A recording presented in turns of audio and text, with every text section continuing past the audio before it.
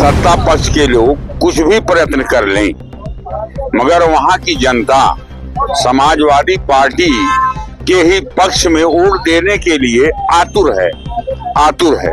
लेकिन सवाल ये है कि भगवान राम को ये लाए हैं। अरे इनकी हैसियत नहीं है भगवान राम को लाए। अखिलेश यादव के रास्ते का रोड़ा ना बन जाए। मुझे नहीं लगता था कि उन्हें चुनाव में खड़े होकर कहीं ना कहीं भाजपा की मदद करनी चाहिए। तो पंचांग के हिसाब से आज वो तिथि पड़ रही है, इसलिए आज उसका हो रहा है। और इनको ये नहीं मालूम है कि और कह रहे हैं। और आज योगी जी ने खुद कहा मुस्लिम भी जाना चाहे तो किसी को रोक नहीं वहाँ पे। बस जब ये लोग जीत जाते हैं तो बोलते ईवीएम सही है, जब हार जाता है तो बोलते ईवीएम पे आरोप लगाते हैं। भी आपने देखा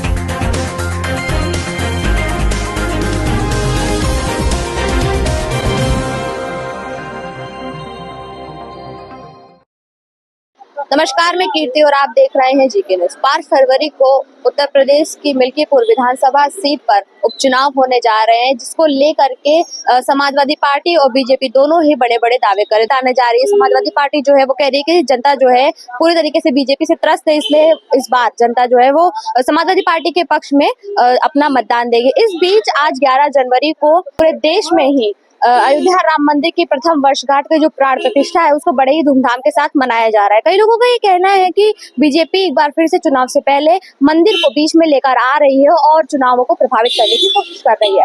हालांकि चुनाव इस सब चीजों से कितना प्रभावित होगा और चुनाव किसके पक्ष में होगा, इसको लेकर के लोगों का क्या कुछ कहना है, हम ये उनसे जानेंगे। मिल्कीपुर जो विधानसभा सीट है उसमें उपचुनाव होने हैं 5 तारीख को, क्या लगता है क्या होने वाला है?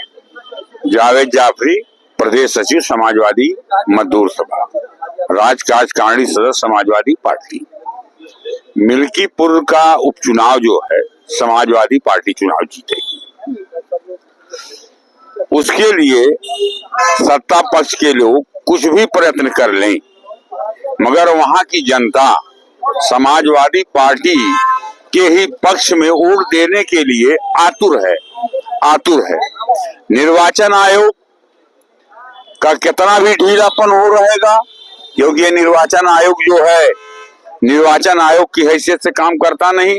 एक डिग्री कॉलेज के छात्र के चुनाव अधिकारी की से भी कम हैसियत में काम करता है। चुनाव में न पुलिस प्रशासन इनके नियंत्रण में नहीं रहती है, मगर उसके बावजूद भी सारी बाधाएं पैदा की जाएंगी। सारी बाधाओं को तोड़ करके वहां का मतदाता मिल्कीपुर विधानसभा का चुनाव समाजवादी पार्टी को जिताने का काम करेगा।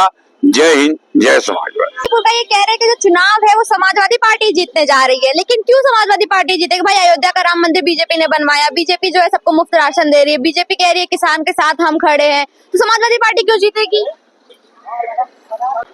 हमारे ये समझ में नहीं आ रहा है पहले कि भगवान राम जो है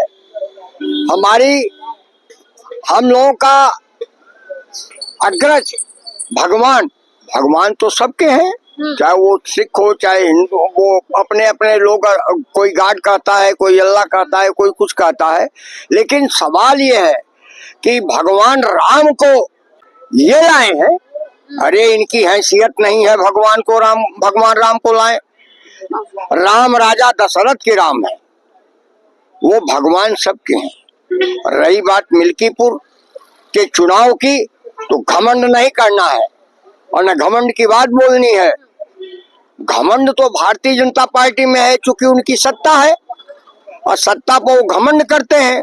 तो हमारा तो एक ही है, आई इंडिया गठबंधन का जो प्रत्याशी है वो चुनाव जीतेगा। जहां तक हमारा अपना रुझान है, आवश्यकता पड़ गई तो मैं आऊंगा, उनके प्रचार में जाऊंगा। हमको कहेंगे हम भी चलेंगे, सहयोग स्नेह प्यार देंगे। लेकिन आप लोगों को मैं एक गौर से बता दूं कि ये राम को नहीं ला सकते, राम इनको ला सकते हैं, लेकिन राम को ये ला नहीं सकते। मतलब इन सबका कोई असर होने वाला है नहीं? कोई हिंदू, ये हवा है, हवा चलती है, हवा रुकती है, फिर हवा बड़ी तेजी से फैल जाती है। इस बार हवा किसके पक्ष में है? हवा तो जनता की है, जनता की हवा जनता के पास है। अब जनता अपना जो है हिसाब जो करेगी वही हिसाब है कि यहाँ इंडिया गठबंधन चुनाव जीतेगा। कह रहे हैं कि इंडिया गठबंधन चुनाव जीतने जा रहा है, उपचुनाव जो होना है मिल्कीपुर सीट पर, तो आपको ऐसा क्यों लगता है कि इंडिया गठबंधन नहीं जीतेगा? बीजेपी क्यों नहीं जीत सकती? आज 11 जनवरी है, जो बीजेपी है और पूरा देश जो है वो अयोध्या में राम मंदिर का जो वर्षगांठ है, आज प्रथम वर्षगांठ है, उसे मना रहे हैं, बहुत धूमधाम के साथ मना रहे हैं। क्या इन सबको कोई असर होने वाला नहीं है? मैम एक बात, दो सवाल है आपके। पहले सवाल से शुरू करते हैं कि मिल्कीपुर में थोड़ा सा भाजपा को जीतता हुआ मैं इसलिए देख रहा हूँ। वहाँ पर चंद्रशेखर जी की जो एंट्री है वो बड़ी अजीबोगरीब है। अब उसके पीछे का मतलब क्या है वहाँ पे उनका आना, ये तो मैं नहीं बता पाऊंगा। मगर कहीं ना कहीं अखिलेश यादव के रास्ते का रोड़ा ना बन जाए। मुझे नहीं लगता था कि उन्हें चुनाव में खड़े होकर कहीं ना कहीं भाजपा की मदद करनी चाहिए, और वो ऐसे जाने अनजाने ही हो रही है। वो तो खुद किसान के समर्थक रहे हैं, महिलाओं के समर्थक। मणिपुर में चंद्रशेखर जी ने काफी आवाज उठाई है, युवाओं के लिए उठाते हैं। ऐसे में मिल्कीपुर कहीं वो खड़े होकर कहीं चुनाव को प्रभावित ना कर दें। बाकी मुझे लगता है जो लहर है वो इंडिया गठबंधन की लहर जरूर है, मगर अगर यही काम अगर अखिलेश यादव ने 9 सीटों पर तालमेल बैठा के किया होता, आधी सीटों पर, तो नतीजे उस वक्त भी कुछ और होते और ये मिल्कीपुर हम आसानी से जीत जाते। क्योंकि हम हो सकता था कि वो 9 सीटों में 6 से 7 सीटें तक प्राप्त कर लेते अगर हमारा गठबंधन होता, मगर ऐसा नहीं हो पाया। और इसी टूट का फायदा उठाया भारतीय जनता पार्टी के योगी आदित्यनाथ ने, मुख्यमंत्री ने, और वो वहां पे 7 सीटों पर काबिज होने में कामयाब रहे।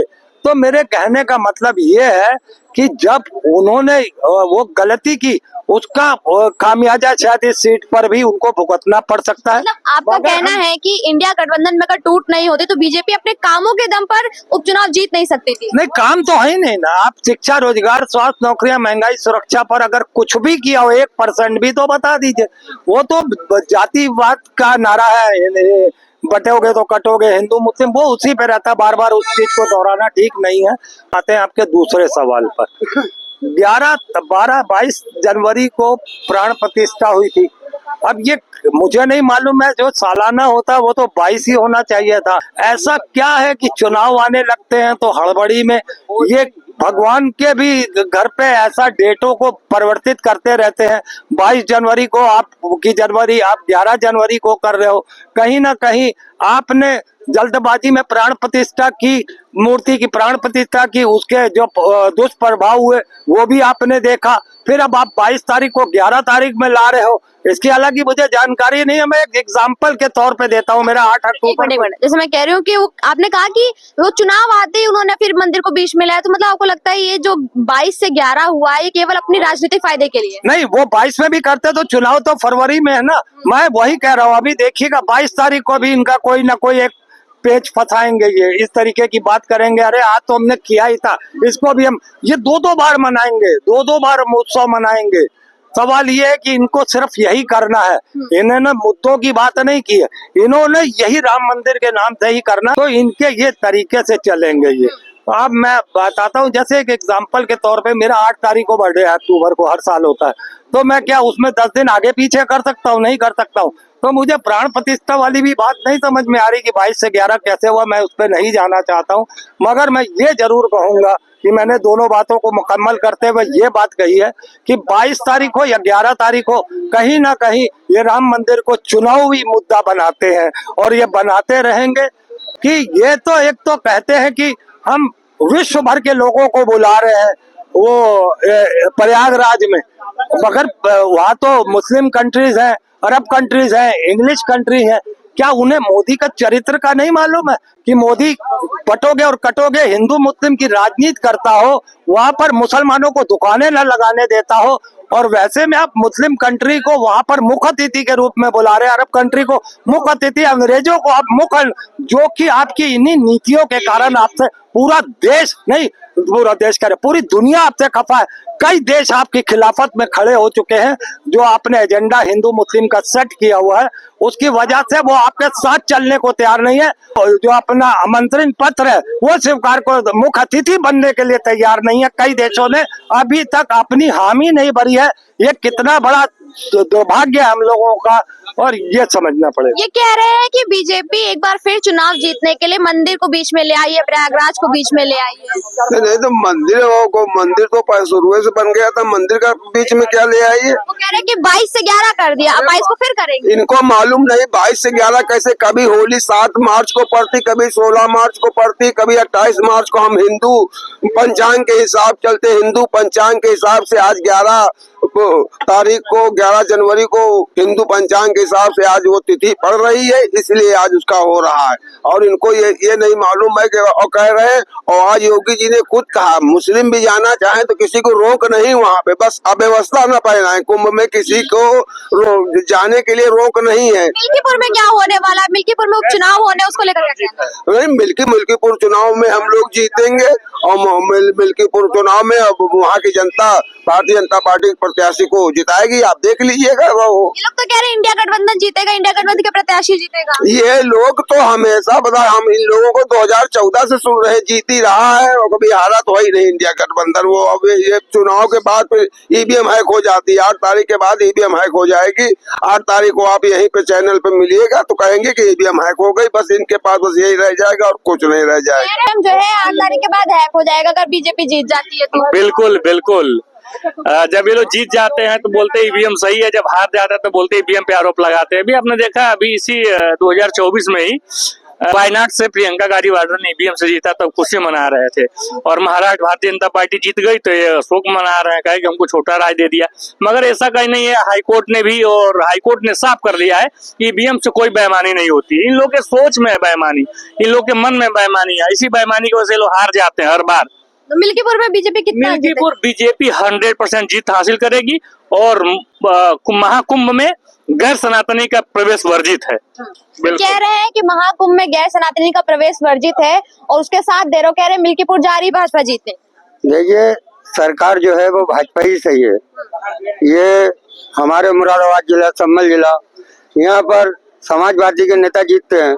आज की पीरियड में मुरादाबाद में अगर जाके देखोगे समाजवादी नेताओं की पोजीशन तो गड्ढे में है। अगर एक मरीज अगर बीमार पड़ जाए तो गाड़ी से लाके मुरादाबाद तक मर जाएगा। अभी कुंदर की सीट का इलेक्शन हुआ तो इन्होंने ये कहा कि मीडियम में गड़बड़, मीडियम में गड़बड़ नहीं है, वहाँ मोहम्मदन ने वोट दिया है। अच्छा, मतलब मोहम्मदन जो है वो भी बीजेपी की तरफ है? बीजेपी की तरफ जी, बीजेपी बीजेपी की तरफ। ये समाजवादी वाले कुछ नहीं करते हैं, इन्हें चोरी से मतलब है और कोई मतलब नहीं। अच्छा, बीजेपी समाजवादी पार्टी हो चाहे इंडिया गठबंधन हो, कांग्रेस, उन लोगों की तरफ से कहा जाता है कि बीजेपी मुसलमानों के लिए कुछ नहीं करती है। नहीं करती, मुसलमानों के लिए मतलब 4 किलो अनाज दे रहा है सरकार, 5 किलो दे रही है। वो डीलर लोग 4 किलो बांट रहे हैं और सरकार 5 किलो दे रही है। हमारे यहाँ 4 किलो अनाज दे रहे हैं। तो मिल्कीपुर जा रही है बीजेपी जीतने? नहीं, वहाँ बीजेपी जीतेगी सब जगह। वो कह रहे हैं बीजेपी जीतेगी, बीजेपी सबके लिए काम कर रही है, हिंदू हो, मुस्लिम हो, कोई भी हो। हाँ, वो हमारे बड़े भाई हैं, सही कह रहे हैं कि मुगल सल्तनत ने इस देश पे जो है लगभग 750 साल राज किया, उसके बाद 5 किलो राशन के लिए तरस रहे हैं सब। सबसे बड़ी बात यह है कि जब ये 750 साल राज्य किए आप और उसके बाद 5 किलो राशन पे जीने के लिए जो है लालायित हैं, तो भारतीय जनता पार्टी को जीतना ही चाहिए। जब मुसलमानों में इतनी गरीबी, बेबसी, लाचारी आ गई है, उनको केवल 5 किलो राशन देते रहे सरकार बस, और वो जिंदा रहे, तो इसलिए बीजेपी आएगी। कुदरकी का उदाहरण दे रहे हैं, उसी कुदरकी में मैंने देखा कि एक दरोगा पिस्टल लेकर लहरा रहा वोट देने मत आओ, तो जब अगर भारतीय जनता पार्टी के साथ पुलिस विभाग चुनाव लड़ने लगेगी तब कोई दल नहीं जीत पाएगा। वो लोकतंत्र की हत्या है, संविधान की हत्या है। समाजवादी पार्टी जो है अगर मजबूती से चुनाव लड़ रही है तो जरूर जीतेगी। ये कुछ लोग हैं, कुछ लोग तो इस समय जो है बीजेपी में है, कल समाजवादी की सरकार आएगी तो उसमें टोपी लगा के पहुंच जाएंगे और लगा के झंडा बैनर के हम आपके हैं। तो ये आदत बन गई। कुछ अपराधी किस्म के भी हैं, हर दल में है, वो तुरंत झंडा बदलते हैं जहां आठ पाते हैं। मैं इसी दारुसफा में आज लगभग 35 साल से देख रहा हूं, तुरंत गाड़ी लाएंगे, झंडा नोच के हटा देंगे, दूसरे झंडा लगा देंगे। तो ये कुछ व्यक्ति हैं, लेकिन सच्चाई ये है कि समाज को बदलने के लिए भारतीय जनता पार्टी ने क्या किया है। यहाँ बेरोजगारी, भ्रष्टाचार, महंगाई बढ़ा हुआ, उस पर सरकार काम नहीं कर रही। चिकित्सा, शिक्षा, रोजगार पे काम नहीं कर रही है, केवल हिंदू मुसलमान कर रही।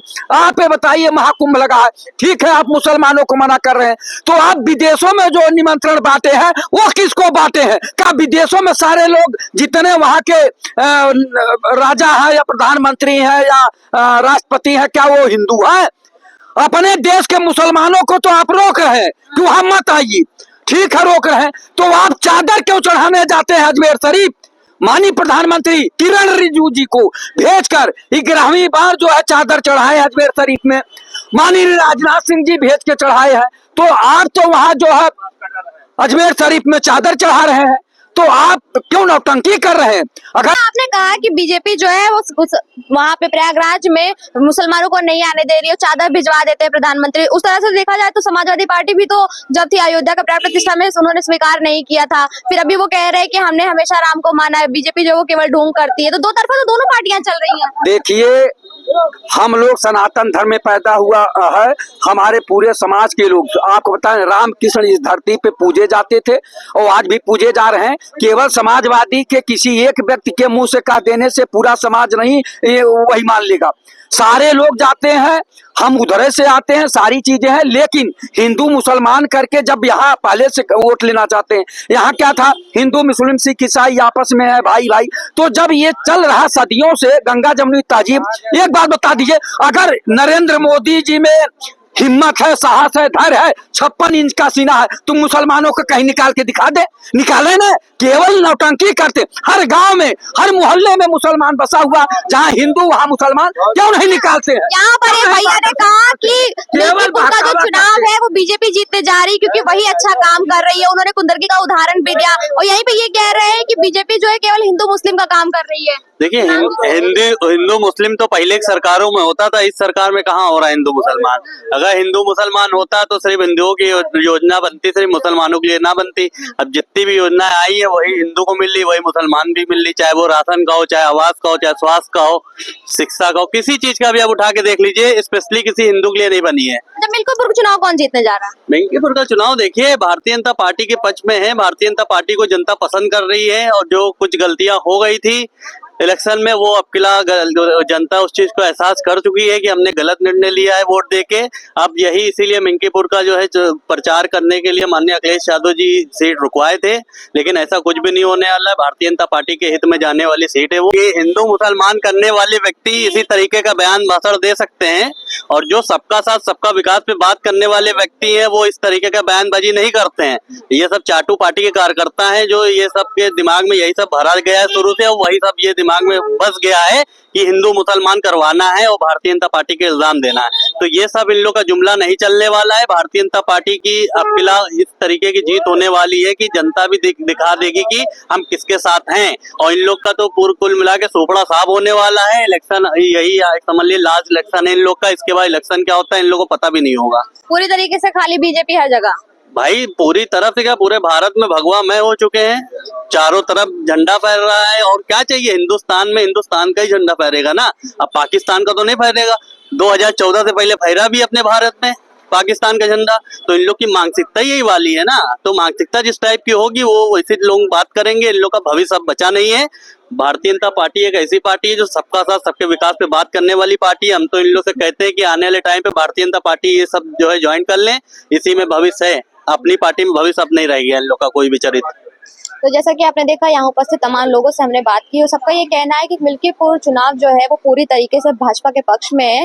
कुछ लोगों का ये भी कहना है कि बीजेपी जो है वो चुनाव में एक बार फिर से धांधली कर सकती है, ईवीएम के साथ छेड़छाड़ कर सकती है। कहीं ना कहीं बीजेपी चुनाव जीतने के लिए ही मंदिर का मुद्दा लेकर के आई है बीच में एक बार फिर से, लेकिन जनता जो है बहकने वाली नहीं है। और अगर इंडिया गठबंधन में सामंजस्य की तरह बना करके काम किया जाता है तो इंडिया अलायंस का जो प्रत्याशी होगा वो भी इस चुनाव को जीत सकता है। दोनों ही तरफ से जो मामला है ये आधा आधा देखने को मिल रहा है, अभी स्थिति पूरी तरीके से साफ नहीं है। के साथ कीर्ति।